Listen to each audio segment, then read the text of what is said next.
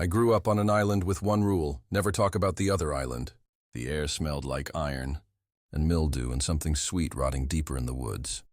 Eventually we found a clearing, no wider than a fishing boat. A fallen tree split it down the middle, half uprooted, with thick green moss crawling along its trunk like veins. Jonah sat down on it, hands on his knees, his face pale.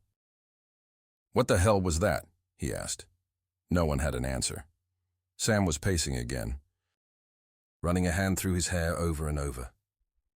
Eli stood with his back to a tree, eyes scanning the brush as if he expected the woman or something else to step through it at any moment. That's when we heard it a click, soft, mechanical, out of place.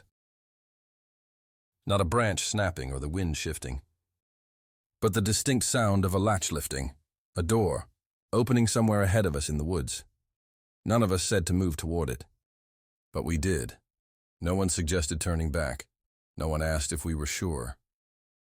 Maybe because saying it out loud would make it real. Or maybe because that sound, the quiet, metallic certainty of it felt like a thread pulled taut, and we couldn't stop ourselves from following where it led. As we moved, the forest didn't grow thicker. It grew darker. The light filtering through the trees lost its sharpness. Not just shade-like, the sunlight itself had started to dim before it reached the branches. The air pressed in again, not sharp like on the beach, heavier, like something watching had started to breathe. Eventually, the trees broke into another clearing. The grass here was shorter, yellowed and dry, crunching underfoot. And in the middle of it stood a house. None of us spoke at first. It wasn't broken down or ruined, just old.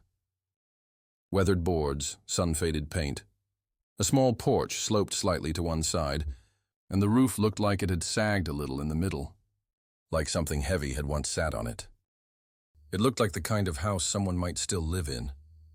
We approached slowly, cautious, not curious. Something about it made our steps slow down without us talking about it. I kept scanning the windows, half expecting someone to be standing just behind them, watching.